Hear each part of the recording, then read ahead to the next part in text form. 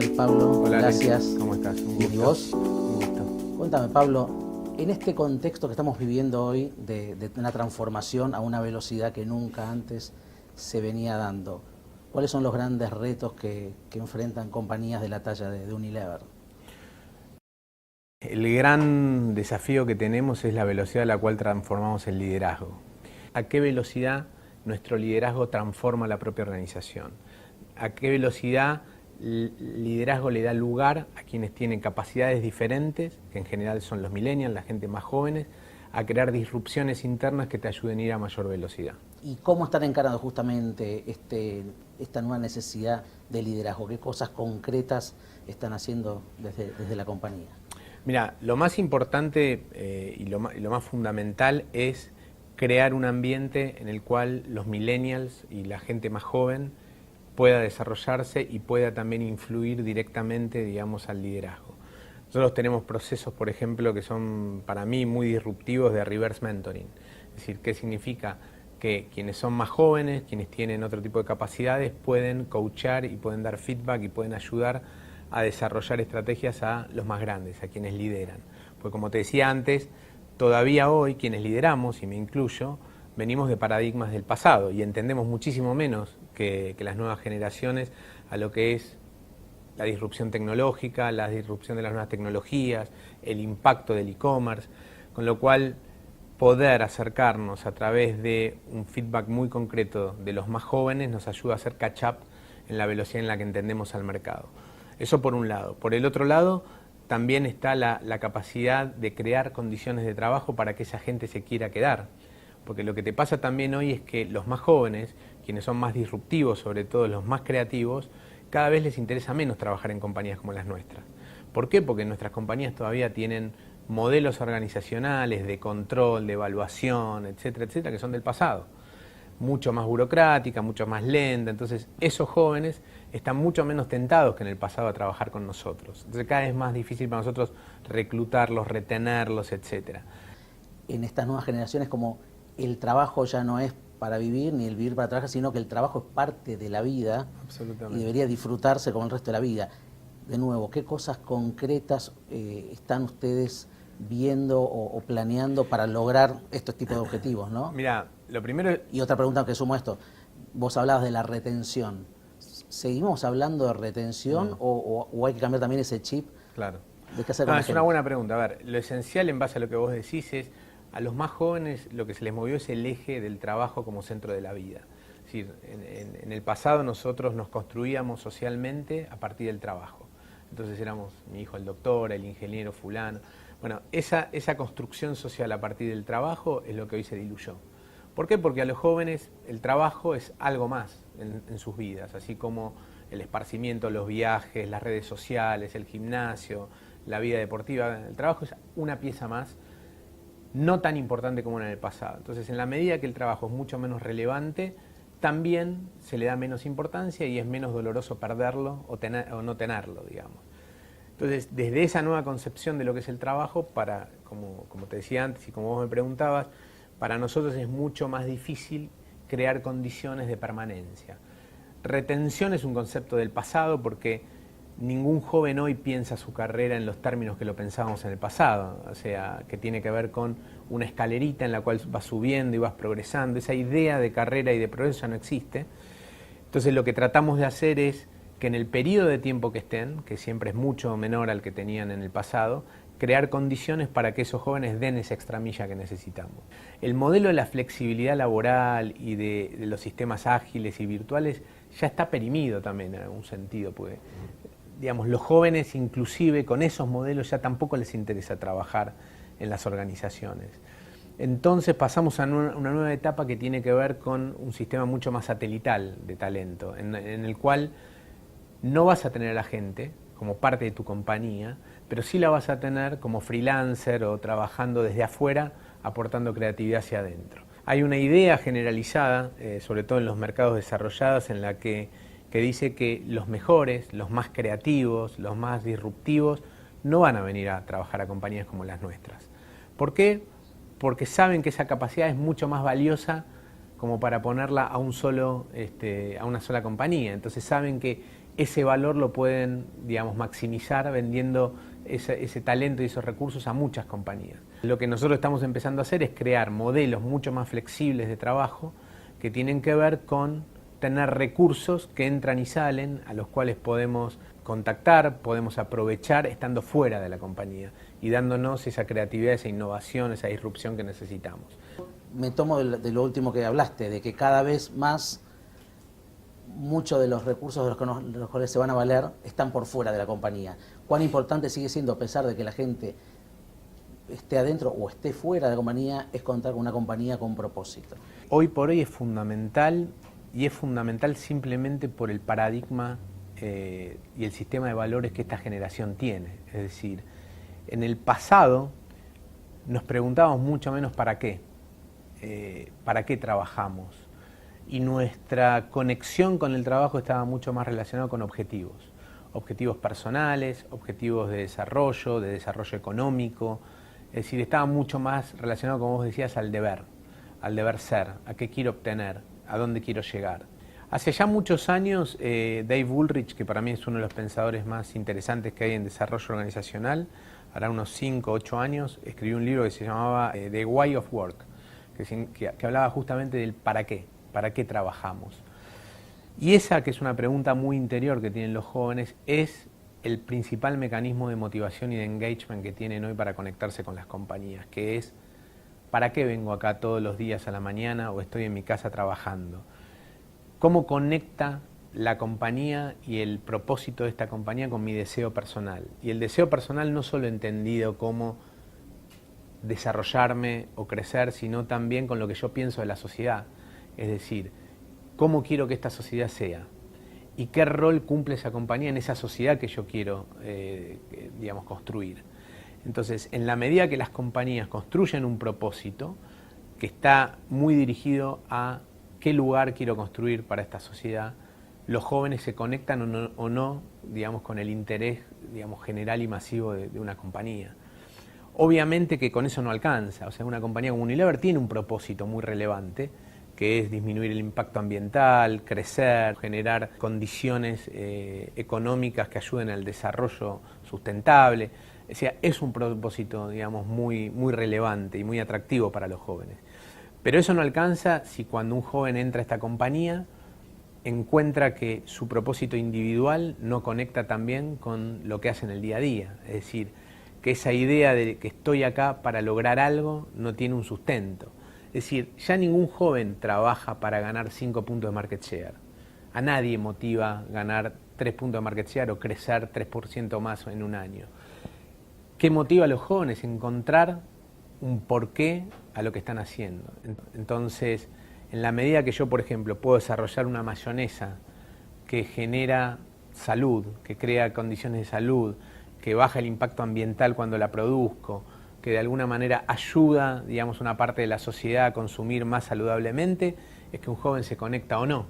Hablaba el otro día con un colega tuyo, amigo también de la casa, Fabricio Kaplan. Un gran amigo. Y me hablaba y me decía de, justamente, él se planteaba como un tema la necesidad de cambiar incluso la forma de reclutar por este tema de propósito. Y de repente, si se abre un puesto para X marca, la persona que deberías reclutar debería comulgar con ese propósito de esa marca. ¿Cómo ves eso?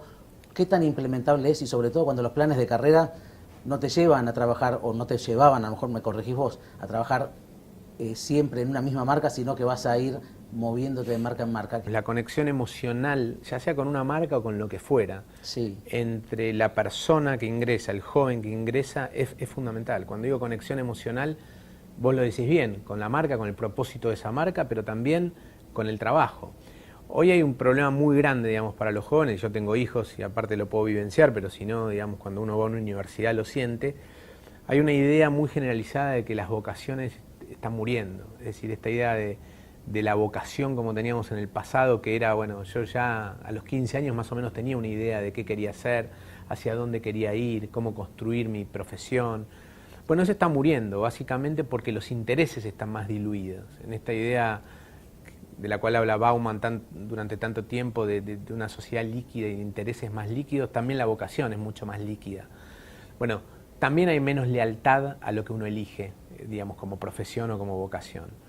Eso hace que para las compañías sea cada vez más difícil conectar, digamos, el interés vocacional o el deseo personal con lo que uno ofrece, ya sea una marca, una función en la cual trabajar, un jefe al cual, digamos, escuchar. Entonces, esa liquidez, digamos, en las relaciones también te implica que tengas que tratar de encontrar siempre el mejor lugar o estar muy dispuesto a cambiar rápidamente en la alocación de recursos, ¿no? Lo que le pasa a los chicos es que todo el tiempo están cambiando. Empiezan una carrera, la dejan, se van un año de mochileros, vuelven, trabajan en una marca, no les gusta esa marca, van a la otra, pasan de un área a la otra, de marketing a finanzas, de finanzas a marketing. Es decir, esa incertidumbre permanente y esa volatilidad, digamos, en el deseo, que es súper entendible y también tiene una explicación sociológica del pasado, es a la cual nos enfrentamos las compañías, que es decir, cómo tenemos la velocidad y la flexibilidad para dar respuesta a ese cambio permanente en el deseo, ¿no? ¿Qué tan difícil o qué tan fácil es conectar en una compañía como Unilever, que tiene un propósito y tiene un set de marcas tan diversas como un ala por un lado y en el otro extremo un Axe? Claro. No sé si son extremos. ¿Cómo haces para que el propósito de cada marca sea relevante en su categoría, pero a su vez sean todos consistentes con el propósito de la corporación? No sé si se entiende. Sí, se entiende. Y obviamente que es muy difícil, digamos, ¿no? No la parte de la conexión del propósito individual de la marca con el consumidor, que eso, digamos, Unilever lo sabe hacer muy bien, entiende muy bien el consumidor. ¿Cómo hacer eso, pero sin perder después una conexión? El gran tema es cómo creas ese propósito, si querés, colectivo, digamos, de las marcas. Y en este caso, y particularmente en Unilever, lo ha resuelto con lo que tiene que ver con el Unilever Sustainable Living Plan, que es lo que está por detrás de todas nuestras marcas hoy, es crear un mundo más sustentable. Entonces, cada vez desarrollamos marcas que están mucho más conectadas con la sustentabilidad, que están conectadas con el propósito, digamos, de mejorar el mundo. Y cuando digo mejorar al mundo, no es solo desde el punto de vista ecológico, sino también el mundo desde el punto de vista del desarrollo social. Entonces, te podría nombrar en cada una de las marcas qué es lo que hemos venido haciendo para crear, digamos, si querés, ese propósito colectivo que tiene que ver con la sustentabilidad. Y cada vez más invertimos y cada vez más crecemos más a partir de marcas más sustentables. Hoy en día las marcas sustentables crecen el doble de lo que crecen las marcas que todavía no tienen tan claro ese propósito de sustentabilidad. Y en ese sentido, digamos, yo creo que Unilever encontró una plataforma de propósito colectivo, si querés. ¿Cómo baja el propósito global de Unilever? ¿Hay una especie de customización o de regionalización de acuerdo a la idiosincrasia de cada país? ¿Baja de alguna forma diferente? ¿Hay un subpropósito en cada país? Y por otro lado, ¿qué cosas hacen en lo que tiene que ver con la cultura de la compañía para hacer que verdaderamente, más allá de los hechos concretos que hablando de sustentabilidad, yo sé las cosas que hace Unilever, que están totalmente alineadas con el propósito, pero desde hacer vivir una cultura de ese propósito, ¿qué cosas hacen para que esto la gente lo viva y lo respire, ¿no? Está buena la pregunta, sí. A ver, la primera parte de la pregunta, que es, sí, el concepto de sustentabilidad baja de maneras diferentes según la geografía, porque cuando vos, por ejemplo, hablás de sustentabilidad o desarrollo social en Inglaterra, es una cosa, donde hay necesidades básicas que están satisfechas, entonces vos podés hablar ahí mucho más de el agua, el cuidado del agua, la menor utilización del agua. Cuando vas a geografías como Latinoamérica, en donde tenés muchas necesidades insatisfechas, estás hablando de cómo alimentarte, digamos, por ahí, cómo poder maximizar la nutrición. O sea, hay ese propósito que es el mismo, se decodifica también en base a las necesidades básicas que tienen las geografías. Entonces, por ejemplo, para nosotros acá implica muchas veces la sanitización, es decir, ayudar a que no haya hepatitis y no haya contagio, digamos, por virus, que tiene que ver con los problemas de higiene que tiene un país como Argentina o Latinoamérica, o cómo mejorar la nutrición. Es decir, está muy relacionado con las necesidades de cada geografía. Y en ese sentido, respecto a la segunda parte de tu pregunta, ¿cómo se vive? Bueno, con la participación activa de nuestros empleados en programas que tienen que ver con el desarrollo social. Nosotros tenemos una plataforma en donde tenemos muchas iniciativas en conjunto con ONG, en esa plataforma tecnológica cada empleado elige, digamos, a qué proyecto quiere participar, y es impresionante la repercusión que tiene, sobre todo en los más jóvenes que se suman a todos los proyectos, digamos, que tenemos tanto de sustentabilidad como de desarrollo social, y masivamente trabajan en proyectos concretos, ¿no? Esto más allá de lo que se hace con las marcas, de lo que se hace con los clientes, etcétera, etcétera, que obviamente en la supply chain también, ¿no? En cómo vos mejorás el impacto ambiental a través de minimizar el desperdicio, digamos, de la distribución. Además de eso, que son los procesos propios de la compañía,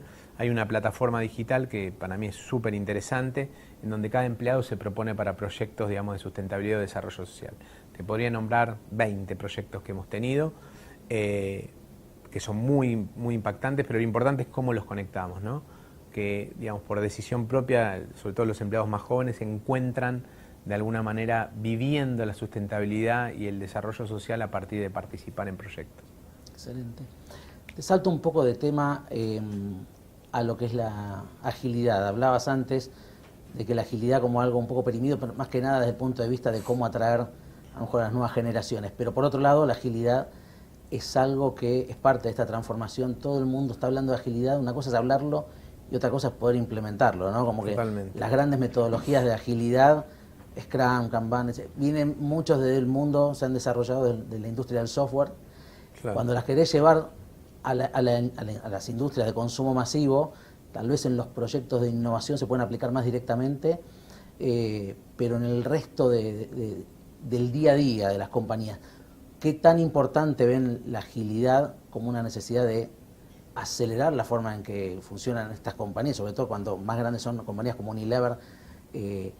Cuesta más dar cada paso, y qué cosas ven que pueden, qué tan aplicable y fácil de aplicar ven que se va dando? La pregunta es, te diría, la más relevante de todas, porque es un tema de supervivencia. Es decir, la agilidad hoy está relacionada directamente con la supervivencia de estas compañías, de compañías que hoy son, si querés, líderes en el mercado, pero que van perdiendo participación, como te decía al principio.